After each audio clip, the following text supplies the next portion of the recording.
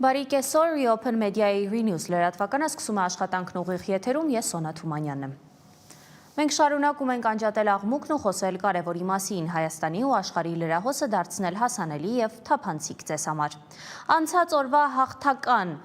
անցուդարձը ներկայացնում ենք թողարկման սկզբում Սկոպիեում կանցկացվի հունահռոմեական ըմբշամարտի Եվրոպայի մինչև 17 տարեկանների առաջնությունում Հայաստանի հավաքականը գրավեց առաջին տեղը թիմային հաշվարկում։ Երկրորդ տեղում Վրաստանի թիմն էր, երրորդում Ադրբեջանի հավաքականը, Հայաստանի թիմից ոսկե մեդալակիրներ դարձան 51 կիլոգրամ քաշային Մարատ Աճեմյանը, 60 կիլոգրամ քաշային Հայկ Մանուկյանը, որը եզրափակչում ադրբեջանցի մրցակցին հաղթեց Տուշեյով։ Մարտին Մանջիկյանը եւ Ջանես Նազարյանը նվաճեցին արծաթե մեդալներ, 45 կիլոգրամ Արարատ Ավետիսյանը դարձավ բրոնզե մեդալակիր։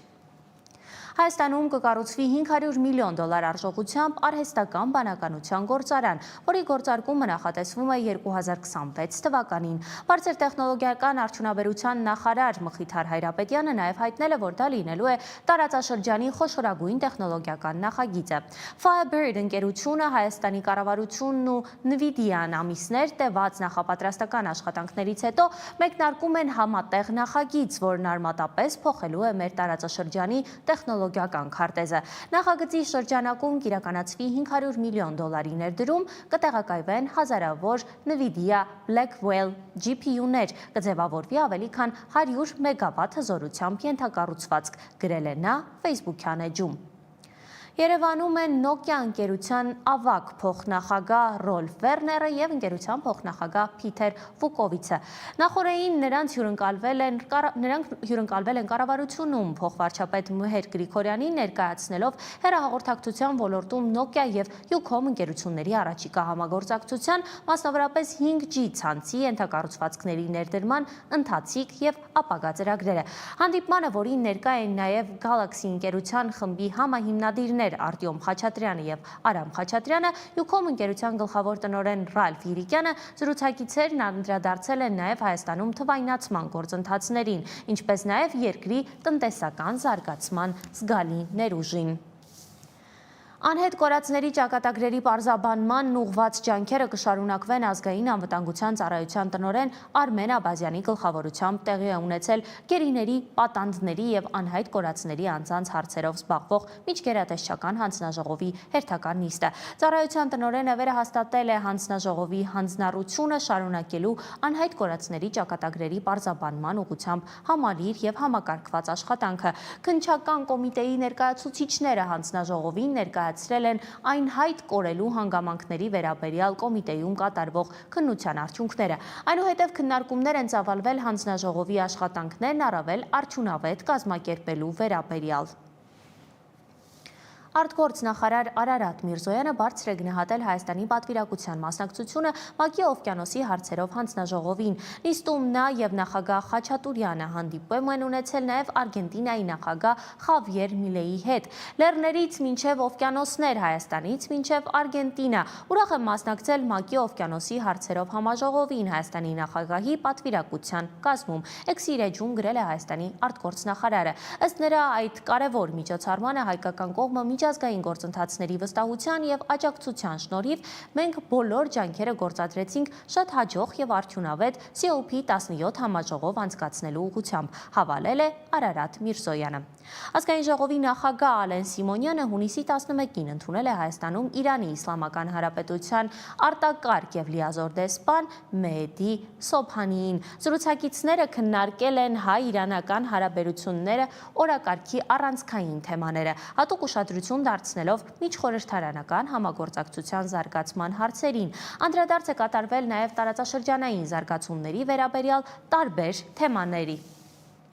Միջազգային լրատվամիջոցներն ահազանգում են, որ Միացյալ Նահանգները եւ Իսրայելը համակարգում են իրենց քայլերը Իրանի դեմ գործողություններում։ Ըստ Reuters-ի Իսրայելը Իրանի վրա հարձակման եզրին է եւ ռազմական գործողությունները կարող են սկսվել հաշված օրերից։ Գործակալությունը շեշտում է, որ Իրաքում Միացյալ Նահանգների դիվանագիտական առաքելությունը սկսում է դիվանագիտների արտակարգ տարհանում։ Միացյալ Նահանգների կառավարությունը նույնպես պատրաստվում է տարհանել իր անձնակազմը Քուվեյթից։ Գործակալությունը նշում է, որ որ Մեծ Բրիտանիան զգուշացրել է բոլոր բեռնանավերին Պարսից ծոցը հատելիս սպասման ռեժիմում մնալու անհրաժեշտության մասին։ Ավելի վաղ հաղորդվել էր, որ Միացյալ Նահանգների նախագահ Դոնալդ Թրամփը Սպիտակ տանը խորհրդակցություն է հրավիրել անվտանգության հարցերի շուրջ բարձրագույն ռազմական հրամանատարության մասնակցությամբ։ Մեկ օր առաջ հայտնի դարձավ, որ Պենտագոնի ղեկավար Փիթ Հեքսեթը թույլատրել է Միացյալ Նահանգների զինծառայողների ընտանիքների անդամների կամավոր հեռանալը կենտրոնական հրամանատարության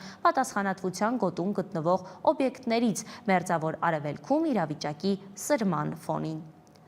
Թուրքիան զգուշանում է, որ Հնդկաստանը բացահայտ կաջակցի Հունաստանին, գրել է հնդկական Zee-News India լրատվական ալիքը։ Թուրքական լրատվամիջոցները վախենում են, որ Հնդկաստանը կամրապնդի պաշտպանական եւ տնտեսական կապերը Հունաստանի հետ։ Հունական մամուլը վերջերս հաղորդել էր, որ Հնդկաստանը ուսումնասիրում է Հունաստանում խոշոր ներդրումներ կատարելու հնարավորությունը։ Գործարքները կարող են ներառել նավահանգիստները, զբոսաշրջությունը եւ պաշտպանությունը։ Հնդկական աղբյուրները նշում են, որ ներդրումները Հունաստանում նույնպես նյարդայնացնում են Թուրքիային։ Zee-News India-ն նշում է, որ Հնդկաստանը նաև ամուր կապեր ունի Կիպրոսի եւ Հայաստանի հետ, որը բարեկամ երկիր է։ Հնդկաստանից ստանում է բարձր տեխնոլոգիական զենքեր, որոնք իրենց արդյունավետությունն ապացուցել են Պակիստանի հետ բախման ընթացքում։ Թեհրանի եւ Սպահանի թիմերի հայտարարությանը կանդրադառնամ հաջորդիվ։ Թեհրանի եւ Սպահանի թեմական խորհուրդները արձագանքել են վարչապետի կողմից վեհափառին վեհարանից հեռացնելու արդեն մոտ 2 շաբաթ շարունակվող արշավին։ Հայտարարել են, որ Հայաստանի գործող իշխանությունների գործողություններն ու հայտարարությունները հատել են բարոյականության բոլոր հնարավոր եւ անհնար սահմանները։ Սրանք ոչ այլ ինչ են, քան ազգադավ փորձ հարվածելու հայ ժողովրդի հոգեվոր աշխարհընկալման հաստաբուն կաղնու արմատներին, որը լի է կործանարար եւ անդառնալի հետևանքներով, նշված է հայտարարության մեջ։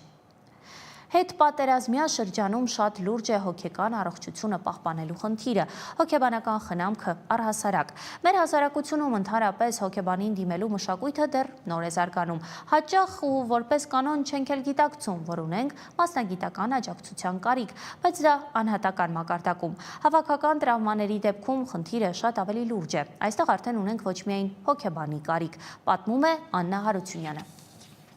Հետպատերազմյան փուլում հոգեբանական կայունությունը դարձել է հանրային առողջության առանցքային թեմա, բայց դեռևս ոչ առաջնահերթություն։ Խնդիրը բուժօգնության հասանելիության մասին չէ, այլ մտածելակերպի, հանրային վարքի, հասարակական համերաշխության։ Մի կողմից մենք ունենք համակարգ, առողջապահական համակարգ, մյուս կողմից չունենք առողջ կենսակերպի մշակույթ։ Եվ բնականաբար ցանկացած համակարգ կարծես սերում է կամ սնուցվում է մեր մշակույթից եւ օրինակ արդարադատության համակարգը, եթե մարդիկ չեն հավատում արդարությանը եւ ոչինչ այդ ուղղությամբ չեն անում, ապա արդարադատության նախարարությունը օրինակ շատ մեծ խնդիրներ կունենա։ Հոգեբանական առողջության վրա ազդող գործոններն ըստ սոցիոլոգ Արտուր Աթանեսյանի հաճախ սկսվում են առօրյայից։ Այն, ինչ մենք համարում ենք նորմալ կենսակերպ, երբեմն հենց ինքն է խնդրի սկիզբը։ Մենք գրագետ ազգ ենք եւ այդ իմաստով նաեւ կենցաղային մակարդակում ամենօրյա մեր առողջության մասին որոշակի պատկերացումներ ունենք։ Բայց միևնույն ժամանակ այդ պատկերացումները շատ հաճախ կրում են այսպիսի կարծրատիպային բնույթ, ինչն է լավը եւ ինչն է վատը, տիպիկ հայ մարդը շատ ուշ է արթնանում եւ հետո հապճեպ փորձում է շատ բան հասցնել եւ դրանից նևրոզներ են ստեղծվում, անարդյունավետ է կյանքը դառնում եւ այս իմաստով այս շուտ արթնանալը եւ սպորտով զբաղվելը եւս մեր մշակույթի մի մասը չի։ Օրվա անկանոն ռեժիմը, աշխատանքային ճնշվածությունը եւ սոցիալական միջավայրի անորոշությունը եւս ձևավորում են հոգեբանական ծանրաբեռնվածություն, որը շատ հաճախ մնում է չգիտակցված։ Մեզ մոտ միախառնված է գիշերը, առավոտը, ցերեկը։ Մեզ մոտ միախառնված է հանգիստը եւ աշխատանքը։ Մենք հապճեպ ենք անում շատ բան։ Մենք կարողանում ենք եւ հանգստանալ եւ աշխատել միևնույն ժամանակ եւ սովորել եւ այս խառնաշփոթը դրան գումարած անընդհատ հաղորդակցվել է։ Մենք իսկապես էքստրովերտ ազգ ենք եւ սիրում ենք խոսել, շատ հաճախ խոսելուն չի հաջորդում որևէ գործողություն։ Պարզապես խոսքը որպես մշակույթ է մեզ մոտ տարածված։ Անցնելով շատ փորձություններով փորձում ենք ձեռք բերել կայունություն։ Համակերպվելով իրողությունների հետ սահմանամերձ գյուղերում ապրող մարդը չի վախենում թշնամուց, դժվարություններից, հիվանդություններից։ Ինձ պատմեց մի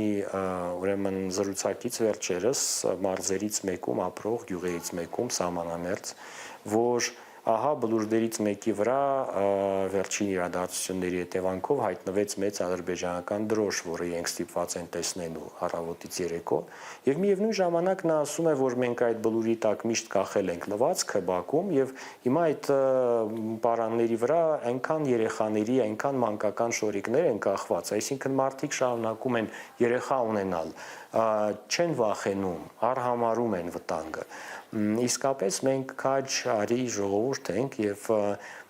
շատ տոկուն ենք։ Հասարակության մեջ դեռ պահպանվում է մտածելակերպը, որ հիվանդությունը լուրջ չէ, եթե այդ պահին կյանքին վտանգ չի սպառնում կամ պատերազմ չկա։ Բայց երբ ներքին լարվածությունը եւ արտաքին անորոշությունը միաժամանակ աճում են, մարդիկ մնում են առանց հենարանի, միայն սեփական ուժերի վրա, ինչը խորացնում է խուճապն ու անկայունությունը։ Մարդիկ կոտրվում են, ընկճվում են,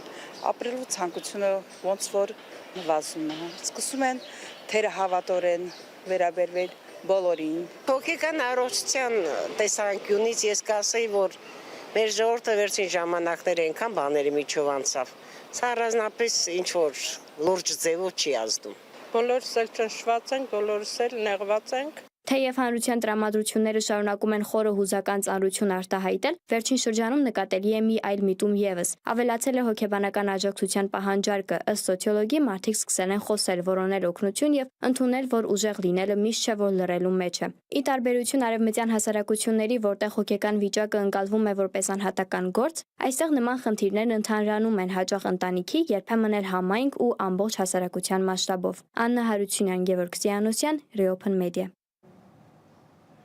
Այժմի համար նախատեսել էինք այսքանը, եթերում կլինենք ժամը 15-ին, դուք կարող եք հետևել Reopen Media-ի լրատվական բաժնի հոսքերին YouTube-ում, Telegram-ում, Instagram-ում, X-ում և Facebook-ում։ Մեր երիտասարդ թիմին աջակցելու համար կարող եք հանգանակություններ անել Reopen.media հարթակում Donate կոճակի միջոցով։ Տաղավարում աշխատեց Սոնա Թումանյանը, մինչև հանդիպում։